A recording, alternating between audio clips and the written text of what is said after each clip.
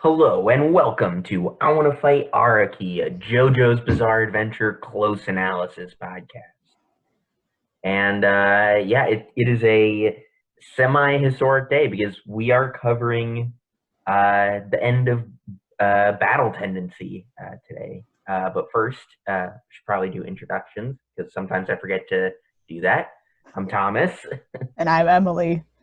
And today we are covering, as I mentioned previously, the end of Battle Tendency, Season 1, episodes 24, 25, and 26. Battle Tendency episodes 15, 16, and 17.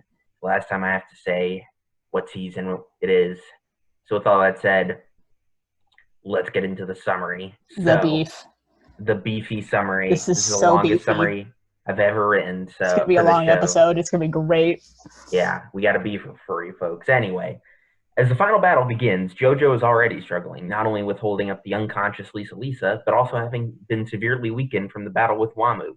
Nevertheless, JoJo continues to fight, delivering a kick to Cars that barely phases the Pillar Man, as it is absent of Hamon, with Cars countering with his arm blades. With von Stroheim preoccupied with the vampire army, things look dire, only for JoJo to explain to Cars that he has a plan that will stop the Pillar Man. Immediately after saying this, JoJo lights his scarf on fire as a means of encouragement. Cars is bewildered but doesn't underestimate JoJo, attacking Joseph and swearing vengeance for his fallen brethren. JoJo dodges, but Cars grows tired of Joseph's shenanigans and threatens to cut Lisa's rope, leading to her death via crystal spikes. Joseph attacks nonetheless. Cars cuts the rope and the shock sends Lisa and JoJo plummeting to their deaths, when suddenly Cars is forced to the ground. It is revealed that JoJo was able to switch the knotting of the ropes and wrap a loop around Cars as a means of trapping the Pillar Man. With Cars unable to move, JoJo swings himself back up to Cars. JoJo puts all of his remaining Hamon into one powerful strike as Cars counterattacks with his blades, but it is not enough as Cars' blades and arm shatters, sending the Pillar Man plummeting to the spikes below. As JoJo pulls up Lisa and takes her to safety, Smokey questions Speedwagon as to why they can't tell JoJo Lisa is his mother. In order to paint a picture, Speedwagon tells Lisa's backstory to Smokey.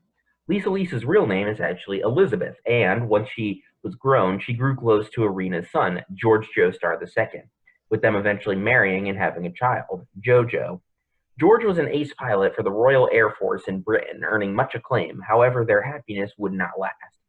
When Jonathan and his friends encountered Dio 50 years ago, one of Dio's zombies escaped and throughout the years eventually placed himself within the Royal Air Force. George, having a strong sense of justice, realized something was up about his commanding officer and confronted him, only for him to be devoured by the zombie. Official reports indicated he had died in a plane crash, but suspecting foul play, Speedwagon and Straightso found the true cause of his death and reported it to Elizabeth.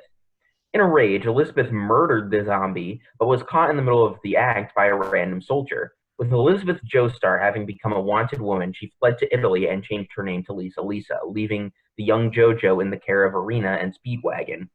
Not wanting to lose another family member to Hamon, Arena forced Speedwagon to keep quiet about the circumstances of Jonathan and George's death. Smokey cries at the tragedy of the tale, but says the battle is over, so there is no point in hiding it. Meanwhile, von Stroheim's superweapon finishes its preparations, and just before it fires at the body of Cars turns to face it, wearing the mask and the stone inserted.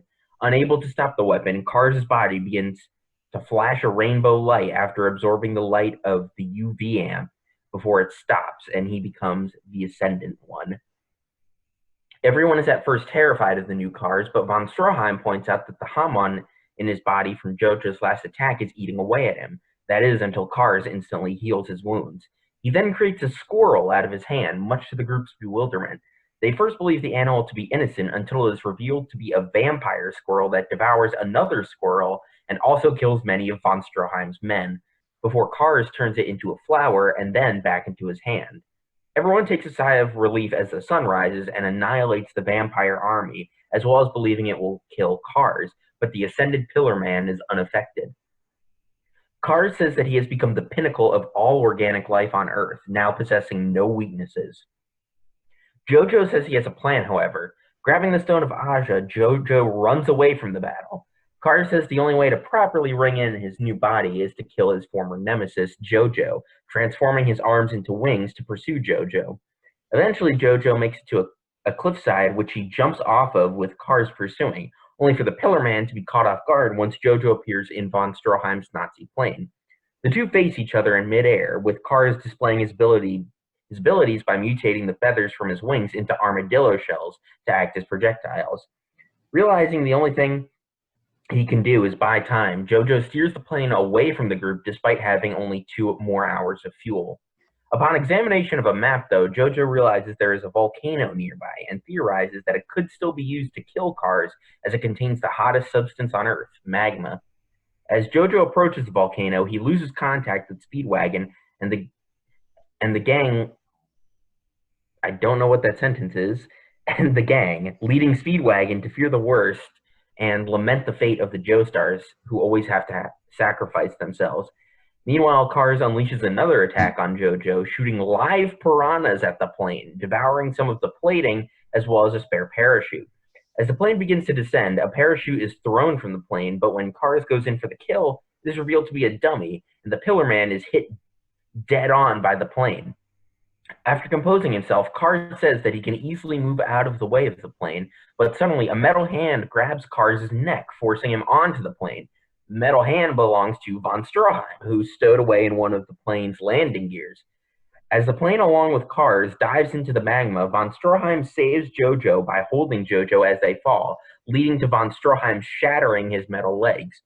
JoJo and von Stroheim take a moment to rest when suddenly a massive geyser of magma shoots into the air, revealing that Cars is still alive. Cars attempts to climb out of the magma using various animal shells as protection, but continues to falter.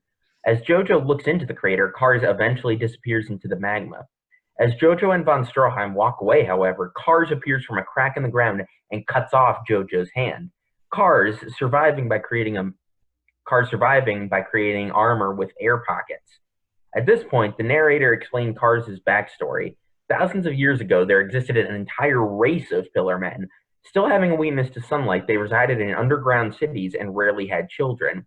They lived peacefully with humanity, but a young Cars resented the need to stay hidden during the day and vowed to conquer the world.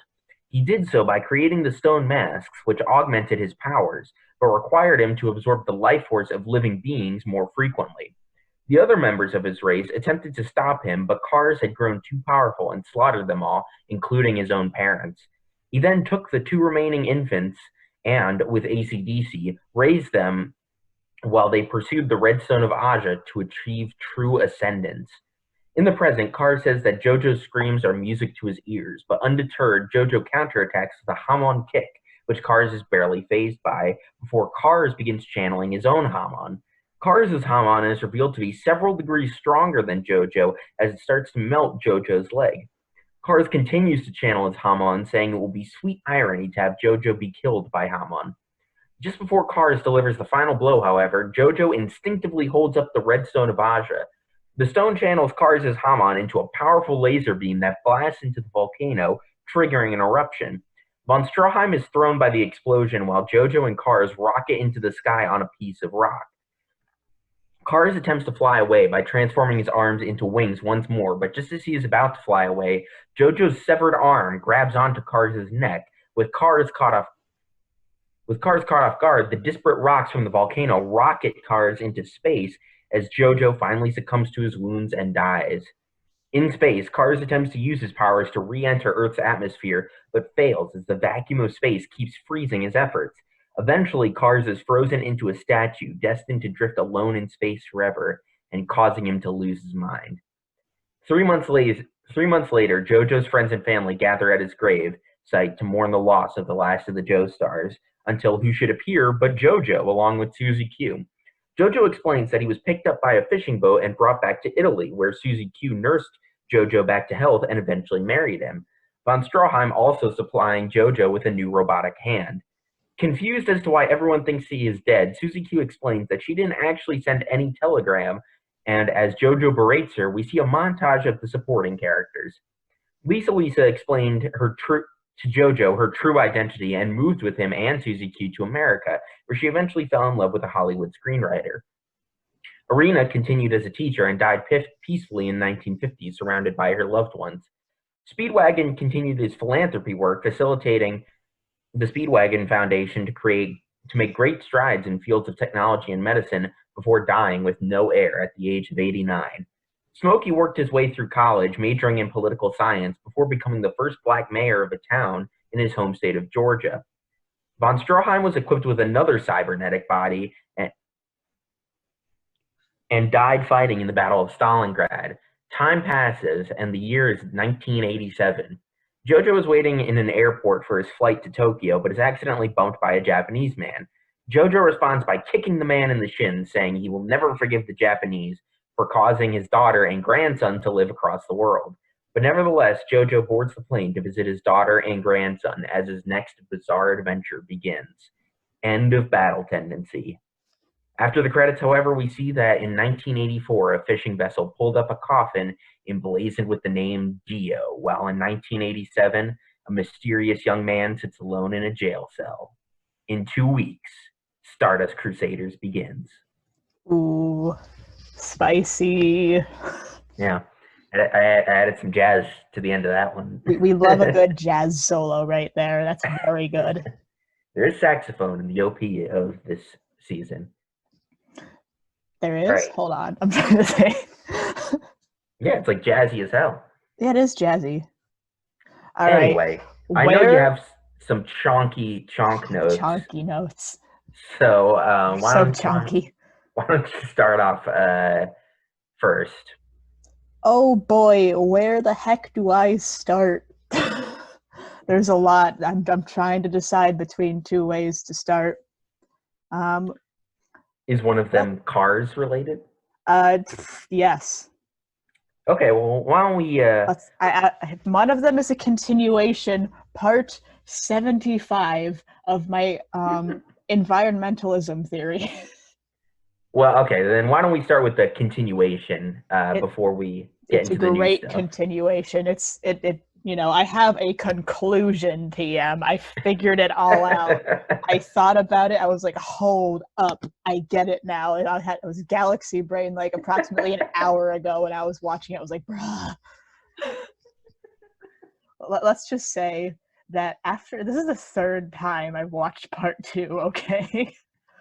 And the first time I watched it, I was like not vibing with it that much, surprisingly enough. And then the second time I watched it, I was like, okay, this is really fun. Then the third time I watch it, now that I have to take notes, I'm like, okay, I actually love this a lot because it's actually like genius in the most low-key way possible.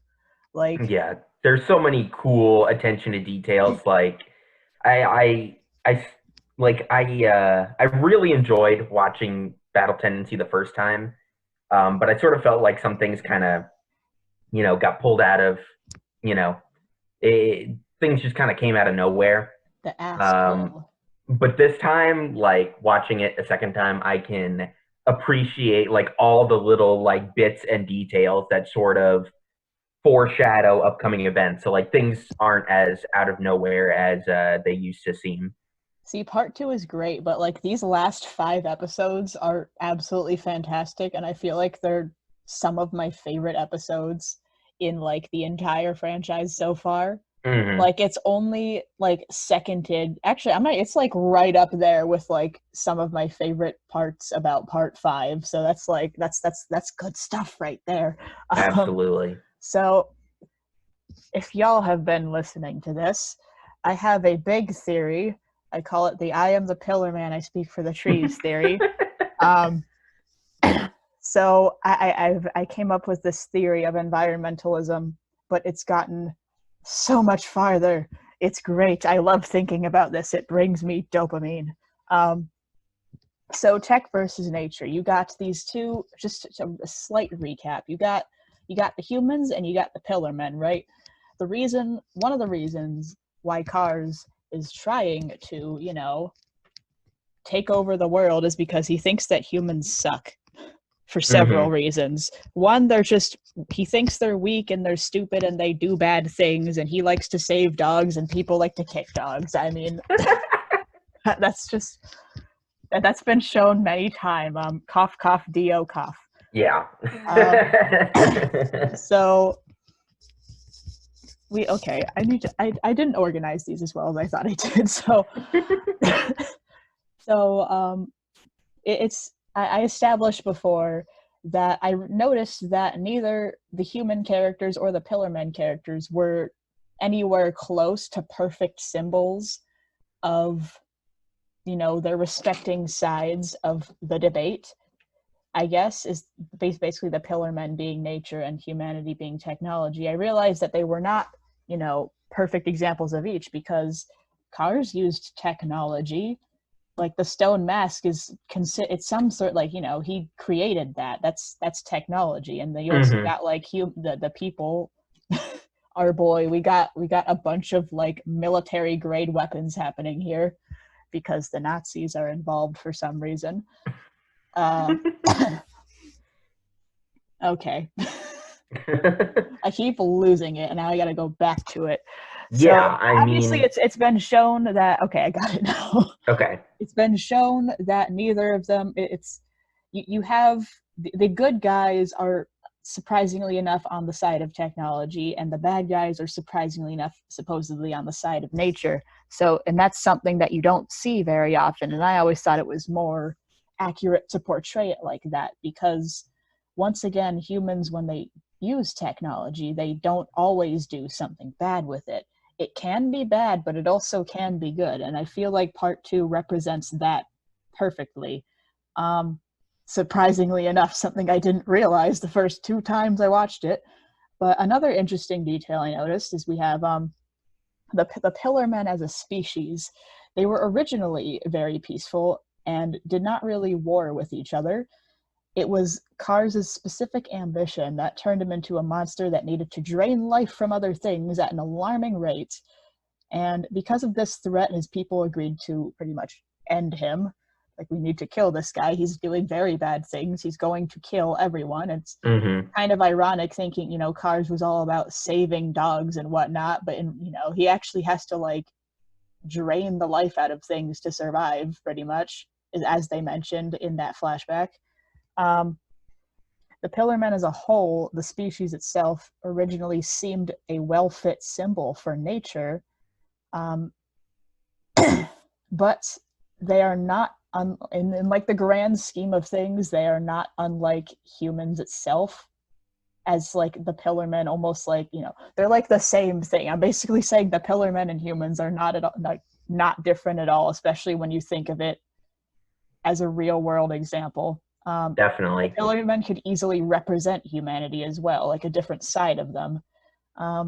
Yeah, I mean, there's definitely a lot of parallels. Obviously, sort of, we've talked about how all the Pillarmen are sort of embody certain human foibles or feelings, and ambition is like definitely one of those. And then also, I don't want to cut you off, but something that sort of popped into my head was... I have my place saved right here. Okay. So something that popped into my head was like, with many technology versus nature stories, and with, technology being sort of represented as like the evil side of that relationship, it's usually like humans or technology or whatever the stand-in is like a consuming force. They are not in a strictly literal sense, but like destroying trees for fuel and stuff like that, and like overly hunting and things like that. But the Pillarmen are sort of more representative of like a literal consumption where they need to devour, a being's life force to survive, compared to like humans, where humans or technology in these kinds of stories where it's usually a little bit more metaphorical. We love a good discussion. I didn't even notice that entirely. I had a different continuation on that, as the Pillarmen as a symbol for humanity as well, slightly different, because the Pillarmen were portrayed to be generally peaceful. They were just literally just vibing for the longest time. And But humans as well, in the grand scheme of things, were once not problematic at all. Like to the earth itself. People way back in the day, TM, once lived in peace with nature, just literally living off the land. Like, what people were once nomadic, and that's just what they did. Once again, they were also just vibing. But the ambition of a few drove us to do great and absolutely amazing things, yet also terrible and destructive things as well, which is what our boy Cars did here. And it's also, you could also sort of like talk about the Nazis here for a hot sec, because our boy Stroheim's constantly talking about science, you know? He's like, yes, I do the science. German science is the greatest in the world. German engineering, ooh, that's the good stuff right there. He's always like just like nutting over that. And he actually like legitimately tries to make, you know, not incredibly not super problematic advances with science, with the big UV lights and like finding out what the pillar men were. But at the same time, he also, you know, is a Nazi, so Right. we all know how that went. Did very terrible things with science as well. Also, I would like to bring up something that was brought up in the first episode of the part 2, something I realized that Cars is Ayn Rand confirmed. You don't want to progress with technology despite it being a very harmful sort of technology to the rest of the world, then perish. It's just, yeah, you know, it actually is kind of objectivist now that I sort of Cars think about is it. the objectivist. I hate that.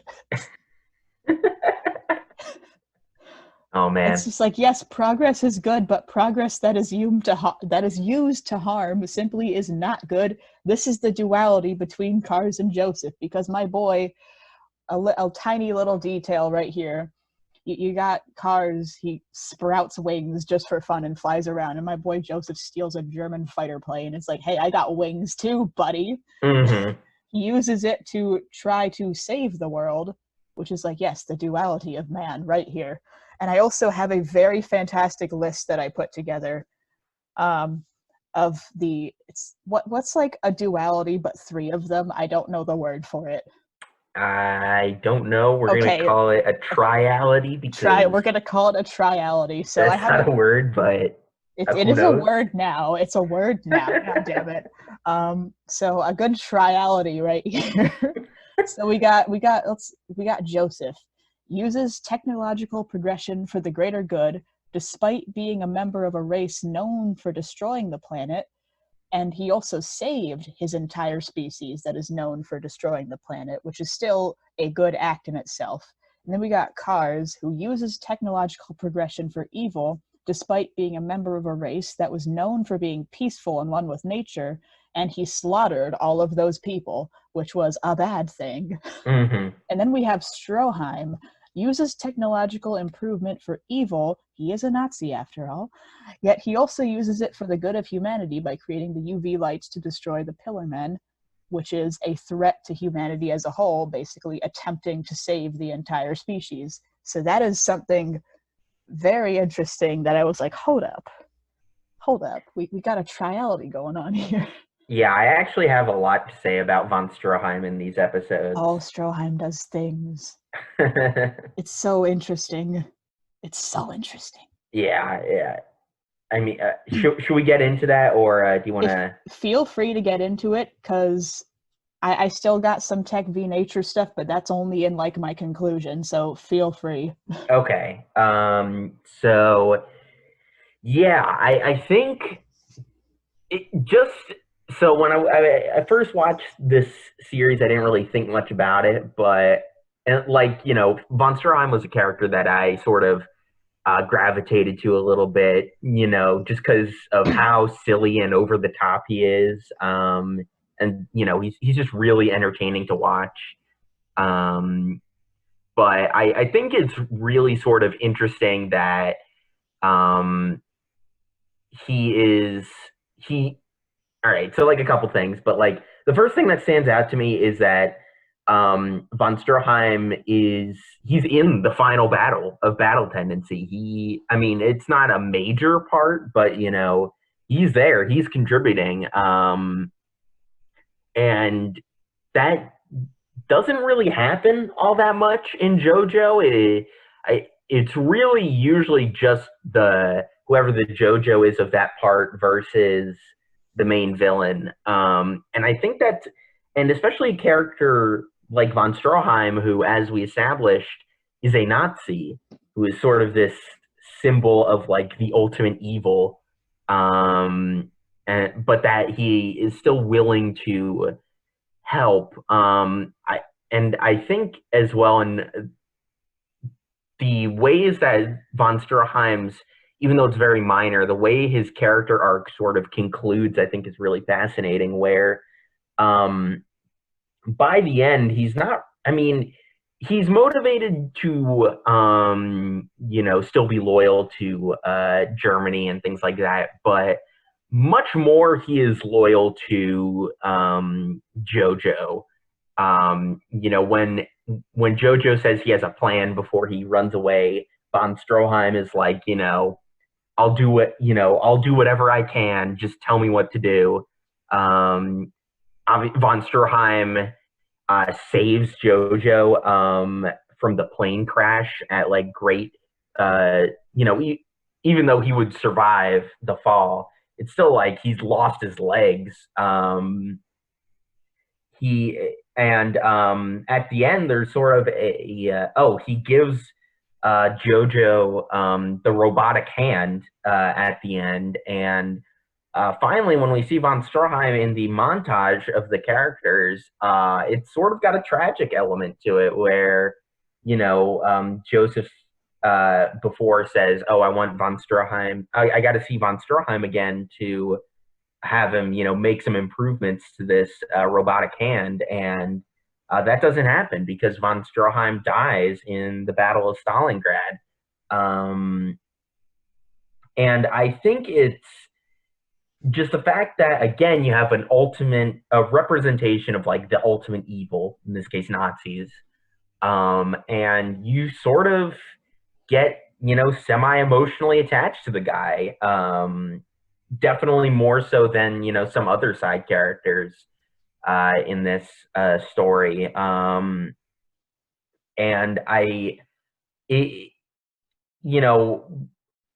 moral ambiguity is a big thing we've talked about, and it sort of makes me wonder what is being said about that. Is this a redemption for von Stroheim at the end, or at the very least, if he's not redeemed, is he on the road, or like has the philosophy that could lead him towards redemption at the end? That's an interesting thing to bring up, because it's something that I'm not sure if you can answer it, and I don't think I can answer it, because it's like, yes, he seems like, once again, there's like, people often like to, okay, never mind, that wasn't a good point. People like to divide personal and ideal, and I feel like that's when it comes to like him being loyal to JoJo. At least his personal loyalties are stronger than his ideals and his political loyalties, like. Mm-hmm. And it's the kind of thing, it's like, what, it would be lovely to see a good Nazi is no longer a Nazi redemption arc. That would be cool. Yeah. He stopped being that, but at the same time, he's kind of a bastard, and he's kind of very flawed, and he's just gonna keep doing his thing. It was more like to me, it just seemed like a buddy system that developed only because they had a common enemy. And it's also interesting to see that, especially like that, obviously our boy Joseph is like very much not a Nazi. Right. Very much not so. But it's interesting to see two people. One, he's also British, so they're literally, the two countries are at war with each other. So they're pretty much, their nations and loyalties should be at war, and their ideals are also at war as well, and yet they find this camaraderie with each other somehow. And honestly, that hits hard for me. I like that. It's kind of messed up, but like at the same time, it's like, wow, that's Yeah, good content. I mean, as we've pointed out many times, it is very uncomfortable to be, have an emotional attachment to a character who is a Nazi, of course. But I mean, I think, Damn you, Araki! How dare yeah, you? yeah. I want to fight him. No, but I mean, we don't really see that. I mean, spoiler warning for our Stardust Crusaders discussion, but we're not really going to see this moral ambiguity again for at least two more parts. Part 5 has got a little bit happening there. For Actually, sure. a hot couple of bits. Yeah, absolutely. But yeah, I mean, certainly not to this degree, and not to Oh this no. sort of ostentationness. Um, yeah, I, I just realized another sort of thing. As long as we're talking about von Stroheim, Do is tell, do tell.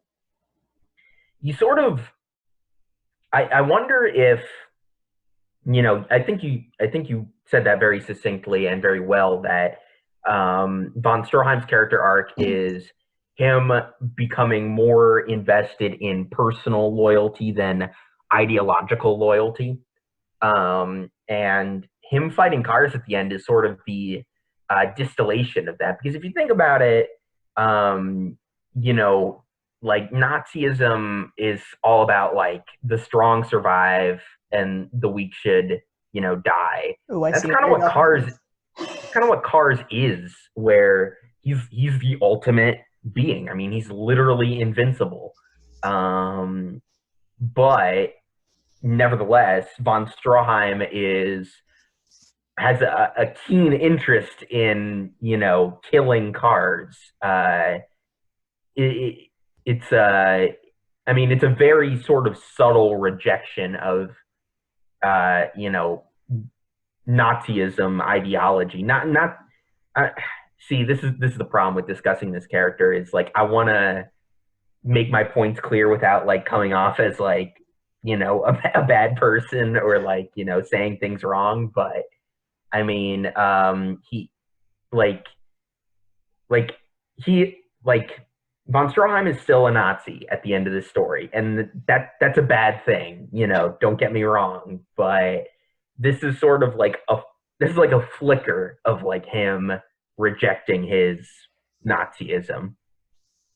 Yeah, I mean, I vibe with that. Mm-hmm. It's also, it could be that. It could also be like a little bit of hypocrisy on his end, or it's like another thought that I had is that our boy Stroheim never really seemed concerned with the fact that like Nazism is an inherently racist, ideology. He seemed Mm-hmm.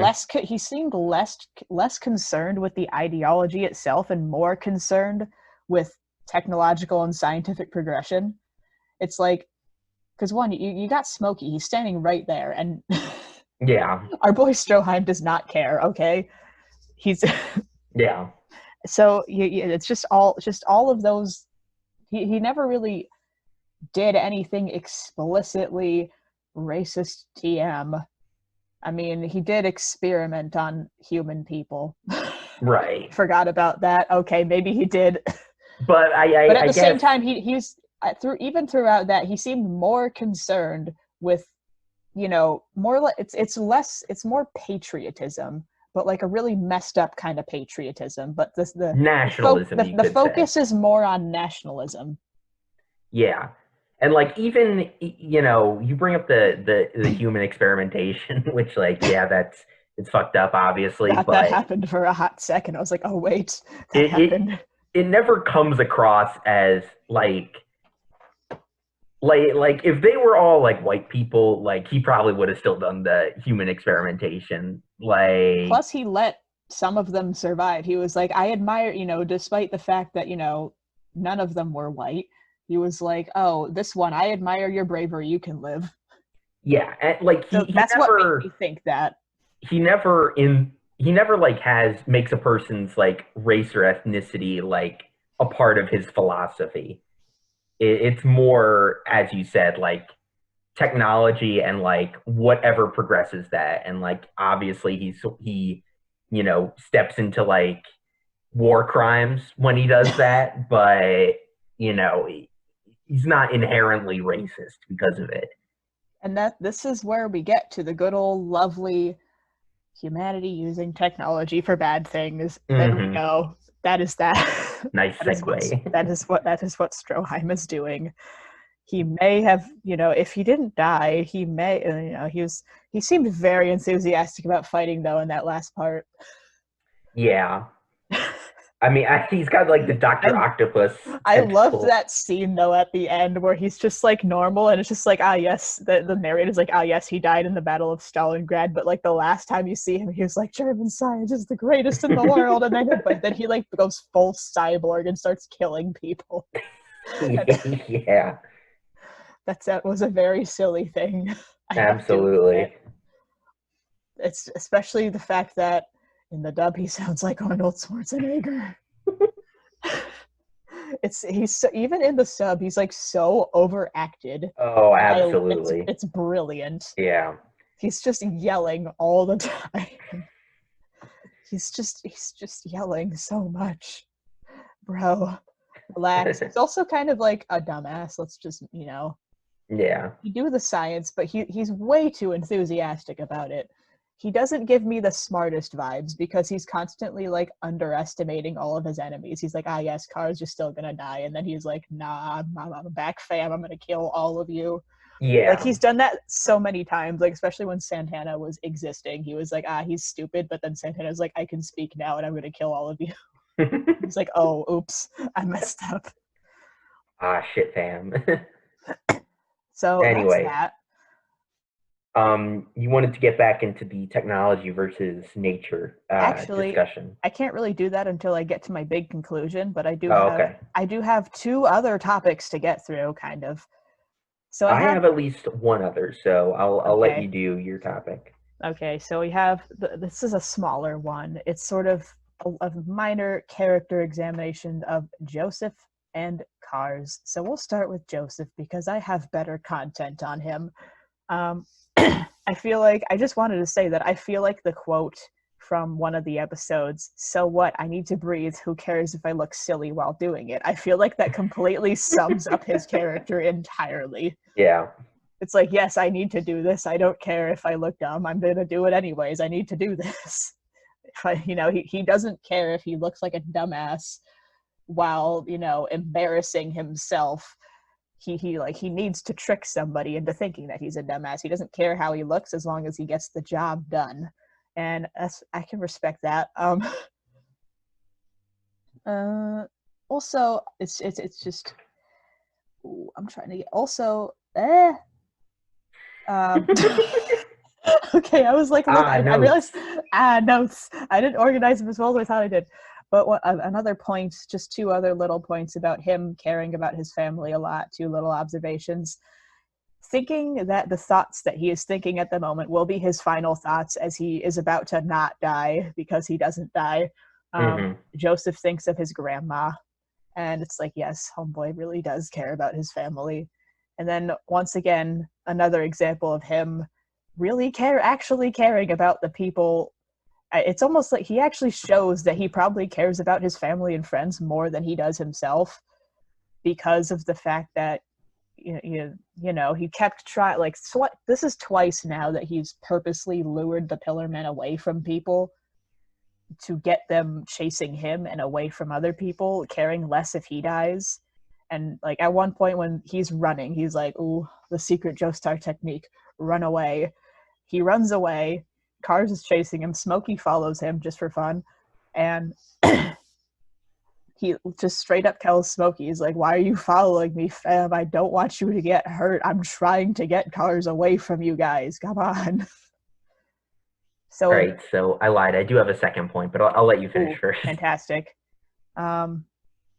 There's also a tiny little detail about Cars that we discussed in the last episode where we like, yes, he doesn't care about Wamu, but he did state at one point that he wanted revenge for what happened to Wamu in AC/DC. Mm-hmm. So that's a thing, and he never mentioned Santana, so I guess nobody cares about Santana. Nobody cares about him. Wamu was the favorite child. Santana was the older brother. He was. Yeah. He was the nobody paid attention to poor Santana. He's dead. Also, something that just came into my head when Cars became like the ultimate being, I was just like, one is all and all is one. Full Metal Alchemist. And also just something really, really, really awesome, which is like the reason why every time I watch the ending of part 2 that I'm just like, this is good. We have this awesome protagonist who is fighting this dude, and it's very good.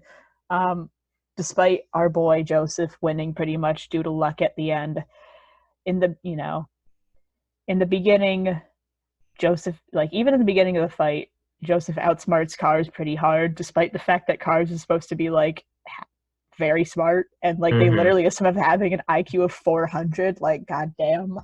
And at the end, one of my favorite things about the end, it just makes me smile for some reason, is that Joseph makes it seem like he planned this whole thing all along, and in his head he's like, I didn't plan any of this is crazy.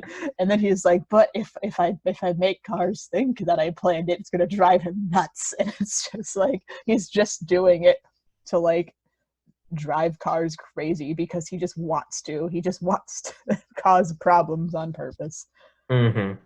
So is that all I have on my little character, like my tiny miniature character analysis? I think analysis. I think it is. Okay, do your thing. Go off, sis. All right. Well, I have a bunch of points to respond to that are all different. So I guess I'll just start with the last thing, with what you said, which is Cars in these episodes. I think so. Obviously, our biggest point of reference in terms of having a main villain is Dio from Phantom Blood, and both Dio and Cars sort of. Sorry? Dio didn't care about anybody. Dio didn't care about anybody, and that's exactly what I was going to get into, is that, so both like Dio and Cars view themselves as like gods and higher beings and stuff like that. I mean, Dio's name is literally God, as we've established. But what's interesting is that Cars doesn't really have the personality of, as someone as like you would imagine being a god. Like the only reason Dio sort of acknowledges Jonathan and Zeppeli and Speedwagon in Phantom Blood is that they pose a threat to him because of Hamon Sans Speedwagon. Whereas Cars, nothing presents a threat to him. He's literally invincible, yet he is very personally motivated to, kill JoJo as his first act of, ascending, which is sort of it's not the type of thing you would imagine a god to do. And because he is so like personally motivated, because even though he is like physically, you could consider him a god, emotionally and mentally, he's still just like a regular human, and that is his ultimate downfall. That's what gets him, that's what gets him brain dead at the end. Is that personal motivation, and I think that's really interesting. It's like he talks about being a god, but even so, he's not a god because of his personal and emotional hang-ups. Indeed. Likes to cause problems on purpose. He's also very sadistic. Like, he's even more sadistic than AC/DC almost. Like, music to my ears. Yeah, He literally just likes to cause pain. exactly. And I mean, like, I feel like even then you could sort of argue that like maybe he's more personally interested in JoJo, not necessarily because he's sadistic, but more so that JoJo he pisses killed him off. Wamu and ACDC. But certainly it contributes to my point that Cars is emotionally motivated, and that's what causes him to fail. He's sadistic towards people, but not towards the animals or the flowers. Mm-hmm. He vibes with dogs. He's one of those people. It's like I am best friends with my dog, and I hate everyone. He's a dog person. He's a dog person, honestly.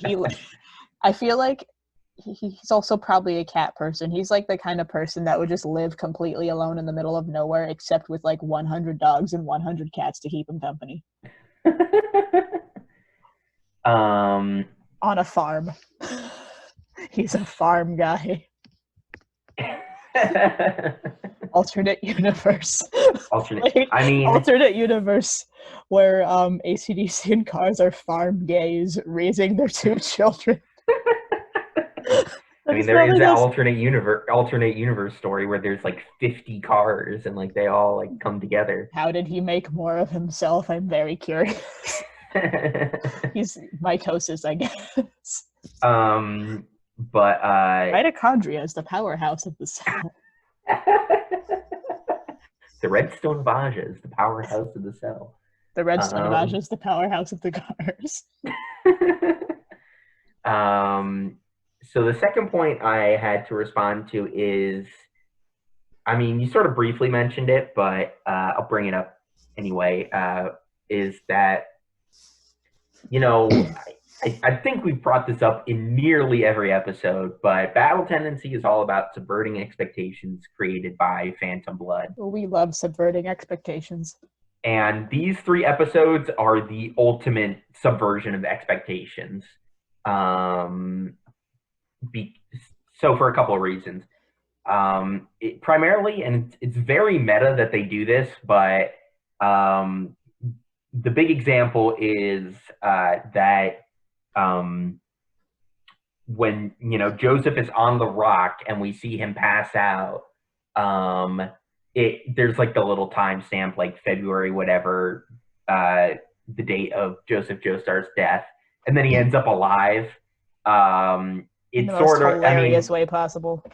Yeah, it's because remember that's how Phantom Blood goes out, with the with the exact same font and the exact same sort of way that it's written, but yet Joseph survives. In Phantom Blood, it sort of feels like Jonathan, once his throat gets punctured, he's sort of like given up at that point. He's just like, hey, I'm going to stop Dio and I'll probably die doing so. But in Joseph, comparatively, like him dying, him sacrificing himself to kill Cars is like not plan A. Because when the piranhas eat through the plane, they like get at a parachute and he's like, hey, like get off the parachute. Which sort of makes me think that there's like 2 parachutes and the piranhas ate the first one and then he uses the second one as the decoy. But I think that sort of shows like philosophically, Joseph is very different from his grandfather, and even different than George, who is his father, who is much more willing to put himself in immediate danger rather than thinking his way around the situation, analyzing all the possible outcomes. And it's just such a cool moment that they, have the meta like date of death, like omniscient narrator thing, and then Joseph comes back in probably one of the most hilarious ways possible. That's the other thing. is that the last scene is at the funeral, is at the graveyard, and it's supposed to be very somber and serious. And then Joestar comes sauntering up and puts his hands in front of Arena's eyes, and he's like, "Guess who?" It's like so much undercuts the scene, but I love it so much. I love it so much, and it's like the final emphasis of um, this isn't your traditional good versus evil Jonathan Joestar hero. It is very good that you bring up that whole thing because we have a solid transition, I think, here into one of my dummy thick topics that I feel like is once again a topic that we have touched upon, actually not even touched upon, that we've just like discussed in great detail in almost every episode, and that is destiny and legacy, both at the same time. So this is good content right here. I'm gonna stare at these notes for a hot sec. So a good old subversion of expectations, yet also this subversion of expectations also plays into the theme of the Joestar destiny. I think of that scene where Speedwagon laments over the fact that the Joestar men always seem to die young, as the past three of them had their lives cut short, very bloody and very painfully. My boy Speedweed is very afraid that Joseph's destiny will be the same as well. However, once again, as you said, Joseph breaks every expectation we have of him, and he beats destiny as well. He lives a long, long life up until the 21st century and dies of old age peacefully, as we can assume, with many more wacky adventures and near-death experiences in between. He almost dies 3 times, and he's fine. And once again, everyone thought that our boy Joseph was dead, which would be carrying out the family destiny, but once again, he fools them, and he maybe even fools destiny and destiny itself. He fools destiny, he fools cars, he fools everyone. He is a fool. That is his trademark thing. He's just his trickery skills are so amazing that he even tricks God. And he tricks the very fabric of the universe. He's just too powerful. He's too powerful of a creature. He shouldn't be allowed to exist. Maybe that's why Cars wanted to kill him.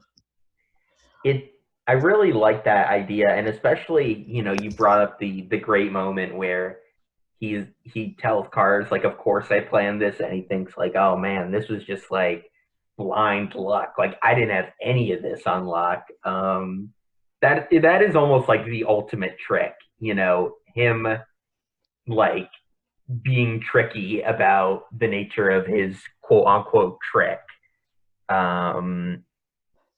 Which when is when you trick someone into thinking that you pulled a trick on them, but you actually didn't. Exactly, yeah. I mean, it's like that is really his superpower. I mean, I sort of feel like that. I mean, especially once we get into Stardust Crusaders, Joseph is maybe not the most capable fighter physically. I mean, I almost even feel like there's an argument to be made that Jonathan was more powerful in his use of Haman compared to Joseph, even after the training. But Jonathan was too much of a himbo. Yeah, but he wasn't the smartest. Joseph's greatest asset is his intelligence. And these episodes really emphasize that, and it's just a very entertaining character trait to have. It's just like all the stars align in these episodes, because it's also a very fantastic detail where you have the part 1 opening playing during when Joe's like, haha, got him, It's just brilliant. It's just, it also is something interesting that I've noticed is that we have it's only when you watch all of JoJo and you've gotten to through part 5, and especially once the rest of it gets animated, you look back on it and you think where it all starts, and there's like several starting points, and it's almost like, yes, Jonathan did something, but once again, Joseph is usually the one that you think of because he was the only one to really live through it and continue doing things. Like, he did the most wacky stuff. He was the most Joestar out of all of the Joestars we see in JoJo. He certainly sets up expectations for the personalities of all the other JoJos being sort of extreme, shall we say. Like, yes, they're not going to be perfect. We're going to have Jotaro, who's just kind of an asshole sometimes. And then you have Josuke, who is soft most of the time, but also kind of a little bastard as well. Then you have Giorno, who's like, yes, I'm going to kill people. But, yeah, I had a small galaxy brain moment there, so I'm just going to say that real quick. So, two things. One, having the part 1 opening just, even more reinforces our expectations that it will be like part 1 where Joseph dies, where, the JoJo dies, which is not what happens. And then the other thing is that the title of the part 1 opening is Sonochi no Sadame, I believe. And if you put that, the rough translation of that is Destiny of That Blood. And so, as you said, this is like, nope, Destiny can, suck my ass. Exactly. Joseph Joestar is like, he's not playing by your destiny. He makes his own destiny, which is an extremely rare thing in JoJo as a franchise in general. I mean, there's almost an argument to be made that he is actually like a victim of destiny because of like, it's basically the severed hand that wins the day, which is totally random and luck based. But just the fact that like he's willing to say like he like destiny, like he makes it his own thing. He's like, yeah, that wasn't destiny. I did all that. Like that's a very like reoccurring thing. That's like a subversion. That's another subversion. And we also got, there's like a couple of tiny details about that I just love. Like, especially when we think of in retrospect, all the way, once again, you finish the show, you think of our boy over here. And it's interesting to think, once again, you never see him tell the stories of how he literally saved the world and nobody really knew it. You never hear him tell those stories to any of his family members.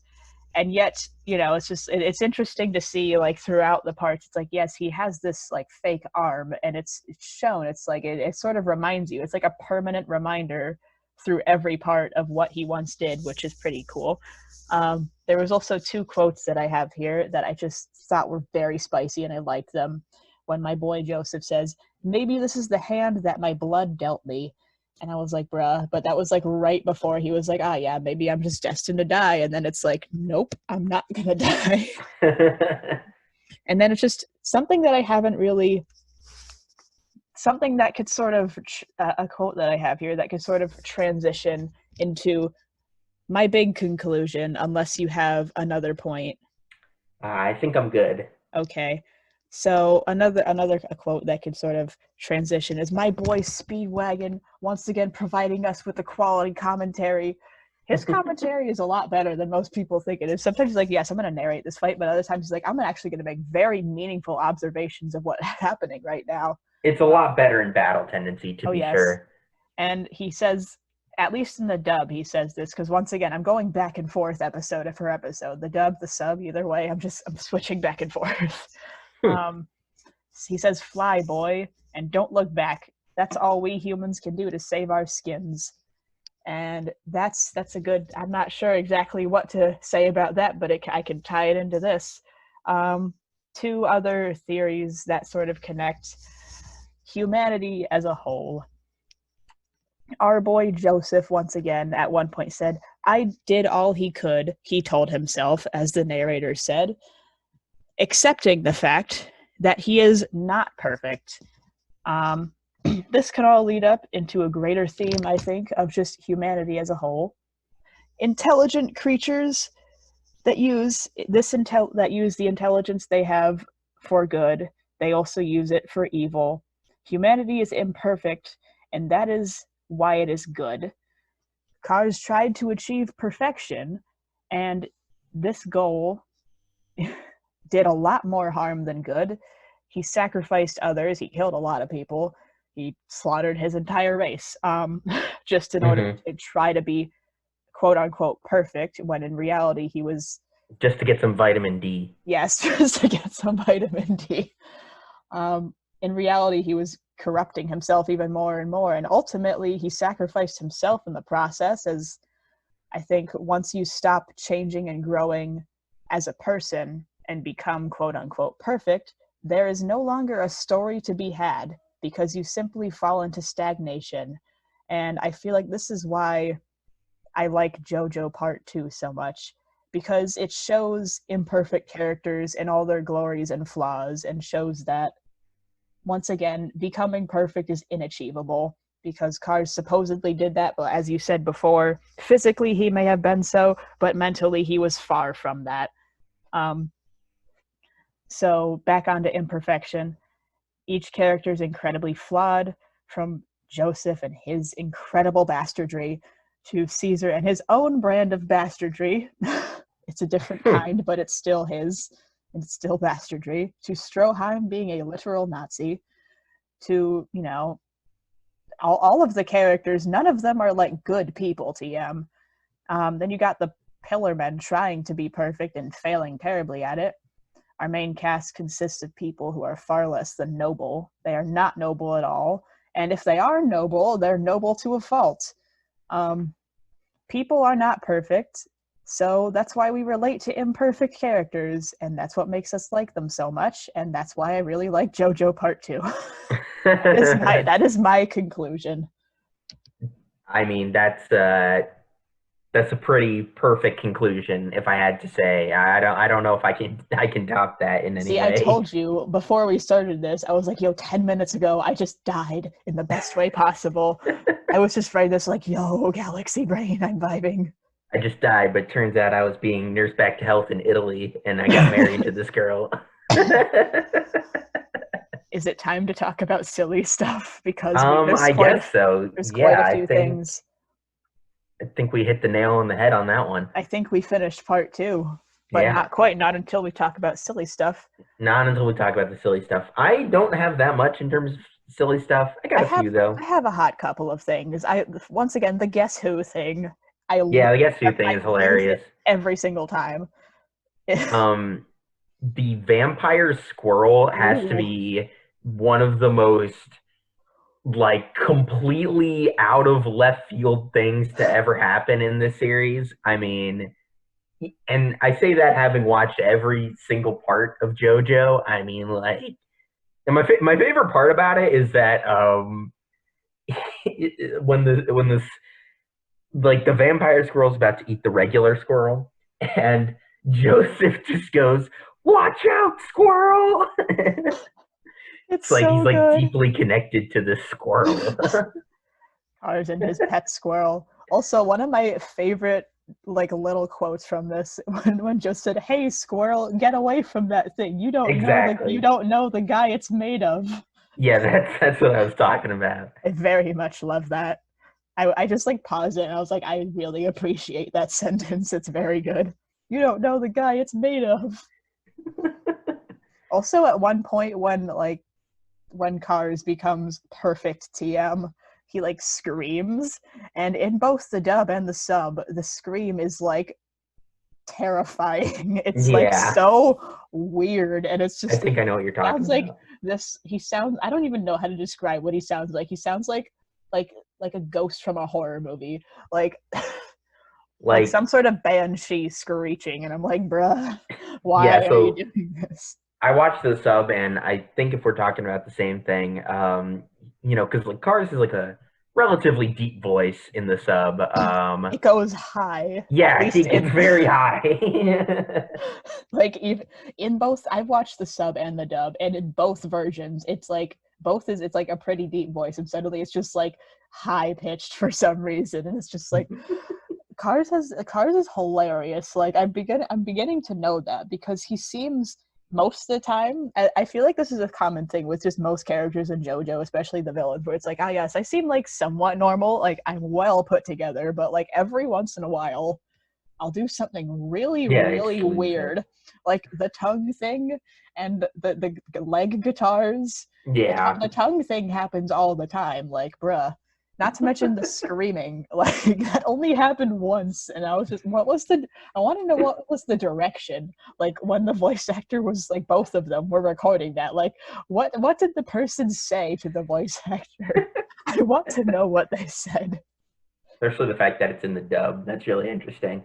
Oh, it's in both. Like it just goes from a regular human voice to suddenly this high pitched animal noise. The only other silly thing I really noticed was, and this is a super minor thing. I didn't even notice, like I watched the episodes regularly, and I was typing up the summary, and I had to go back to like double check something. And if you look at Joseph's face when it's the shot of him, Susie Q, and Lisa on the boat to America. You look at his face, and he looks like I don't even know. Like he just ate like a really bad gas station sushi, and it's completely static. Like it doesn't move at all. It's I noticed that as well. So weird, but like when I saw that, I just burst out laughing. Like I had not noticed this for 2 rewatches, and then it just like sneaks up on me. A headcanon, Susie Q just told a very weird joke, and he's yeah, exactly. Either it was like a very like stupid joke, a very like confusing joke, or a very like it's like slightly offensive, and like he doesn't know how to feel about it. Slightly offensive, or like one of those jokes that like someone tells it and he just didn't understand it at first, and he had to think about it for a couple minutes. I like all those answers. Those are my theories. Oh man, I have several other semi-silly things. Yeah, go for it. One of my favorite things is Joseph and Susie Q being dumbasses together. Mm-hmm. I was like, okay, this relationship, it's not going to work. But then you see it at the end, it's like, oh, I get it now. Yeah. They're both so incredibly silly. I mean, it's like when he gets angry at her for like not sending the note and she's laughing about it, and like he looks all menacing and stuff, and he's like clicking his fingers, and then she's like, oh, now let's not get all clicky fingers. He's just like just clicking his fake fingers for some reason, just like staring at her, and it's just like it's so good. One thing, excuse me. One attention to detail that sort of goes along with that is the flashback where he's in Italy. He's in like the full body cast, and she starts like fucking with him by like moving around the cherry or whatever it is, so like he can't eat it. That's why I was like, at first it was like, okay, you got Susie Q, who has a personality, but they seem very different. It's just, but then at the end you just see them being stupid together, and it's like, yes, this is why this works. Susie Q is shown to be like not very smart at all, and very, indecisive. She's emotionally intelligent, but you got our boy over here who's like, yes, I'm literally a trickster god, and the two of them surprisingly fit well together. They're just having a good time.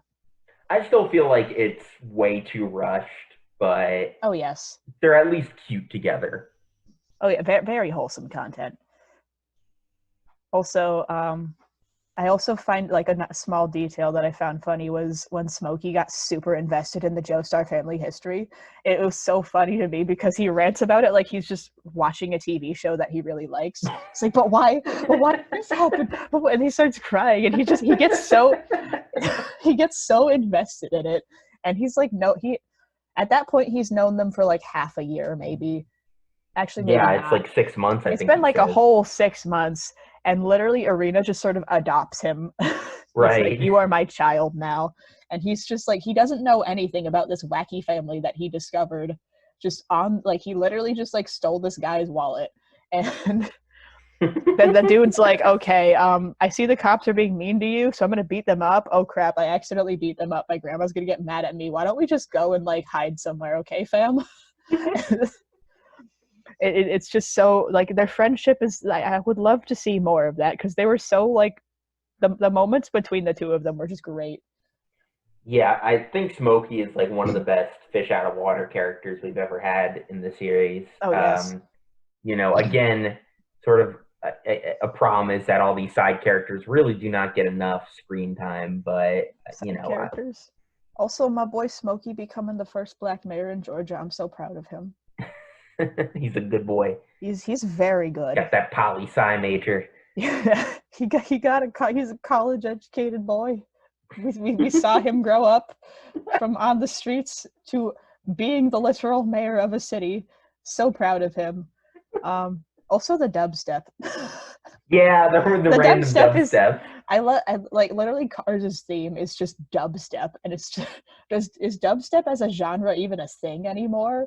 Like I feel like it only existed for 5 years, like from like 2010 to 2015, then it like stopped existing.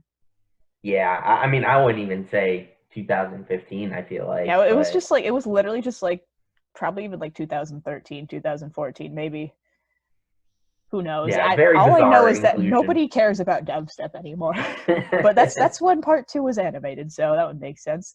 Also, my very, very last thing to mention, we get a tiny glance of a pillar woman.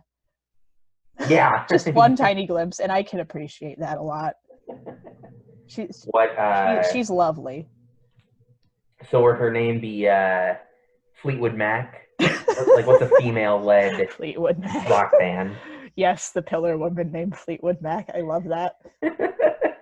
I want to draw that. I am an art kid, as you may know. I'm gonna draw JoJo OC, the pillar woman. Her name is Fleetwood Mac.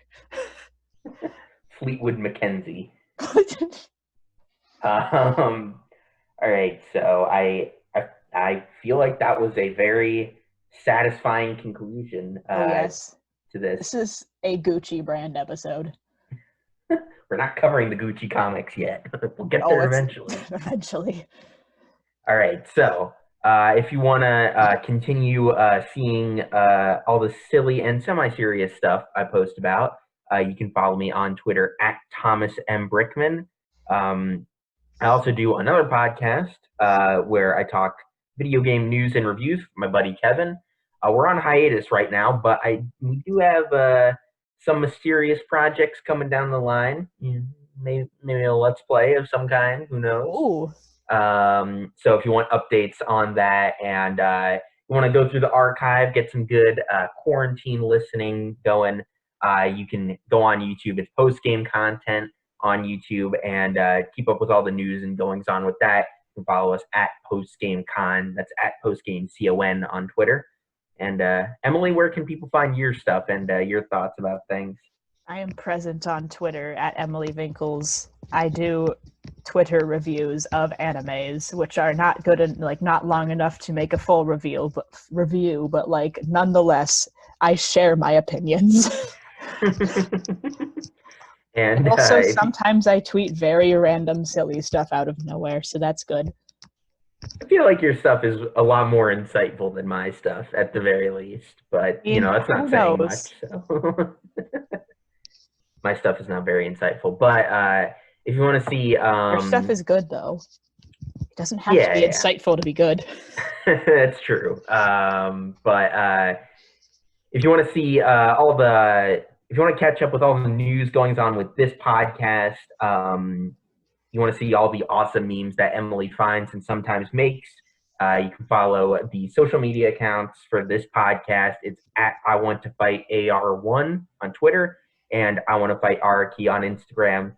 And as you guys, if you remember from the summary at the very beginning of this episode, next week is not going to be Stardust Crusaders. We're doing something a little bit different. we're going to be doing. I mean, I don't know how much I want to give away because it's probably going to be a little bit more of a spontaneous episode. But our main battle tendency discussion is over. But we got a few more things to go over. So be sure to tune in for that episode next Saturday, and we'll see you guys next time.